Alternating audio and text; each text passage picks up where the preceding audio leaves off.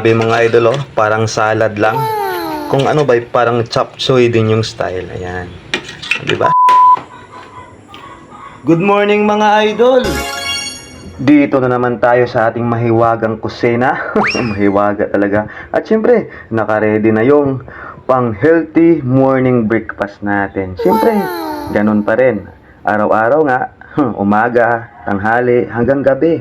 Laging gulay tayo. Pero ngayon yung titirahin natin, gulay pa rin.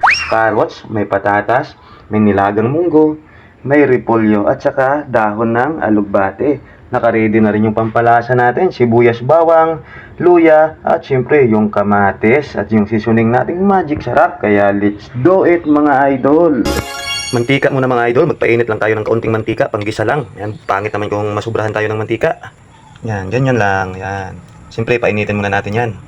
Siyempre, nang uminit na, ilagay na natin to sabay-sabay na mga idol. Haluin lang muna natin. Hanggang sa lumabas yung napakabango niyang amoy. At syempre, sa upload natin kanina na picture ng gulay na to, nagtanong ako sa mga followers natin kung ano yung magandang ihalo dito. Dilata o yung baka. Eh, may nag-comment, baka, kaya shout out sa'yo. Marily Santillan. Shout out sa'yo, Mari eh. Kaya ito na yung request mo, idol. Baka. Oh, meron tayong baka sa lata lang. Oh, yan, oh. O, diba? Shout out sa'yo, Dol. Ayan na yung request mo. Ito na yung sagot mo na mas masarap yung baka. Kaya ito. Baka lang na sa lata meron tayo eh. Gisa-gisahin lang natin yan.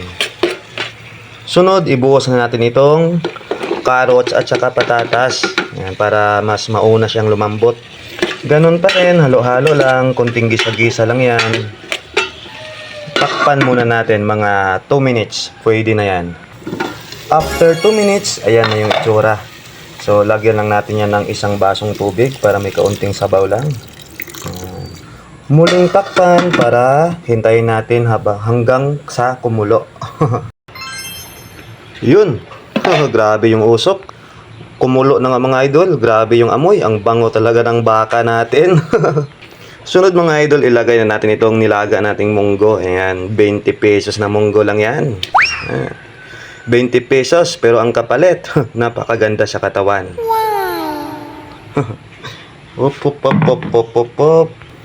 Halo-haloin lang natin. At syempre, napaliwanag ko lang yung content na to, na puro gulay araw-araw, yung daily vlog natin, para lang din sa mga mahilig kumain ng gulay. Yung iba kasi ayaw sa gulay, kaya binabash tayo, pero hindi tayo titigil kahit magbash ka para araw-araw. Malay mo, balang araw, kakain ka rin ng gulay. Yan. Huwag nyong ibasta-basta yung gulay. Napakaganda sa katawan to. Dagdagan natin ng pampalasa yan. Kaunting magic sarap lang. Yan. Kaunting asin. Yan. Kunting halo-halo lang hanggang sa pumantay yung lasa. Yan.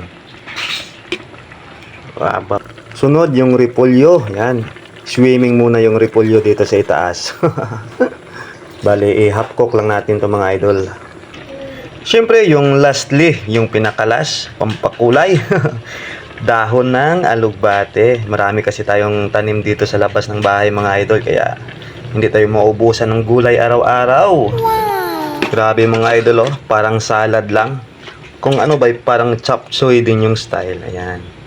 Diba? Ayun. Naku, sobrang healthy nito. Siyempre, isang kulo lang at kainan na. Breakfast na mga idol. At ito na nga mga idol. Grabe, meron na tayong salad na gulay ngayong umaga. Kaya breakfast time na. Napakaputi ng sabaw mga idol. So tara, kainan na. Sus, tamang-tama lang yung pagluto ng repolyo. Half cook, nahulog pa. Kaya dyan mga idol, ano yung breakfast nyo sa ating gulay ng araw-araw?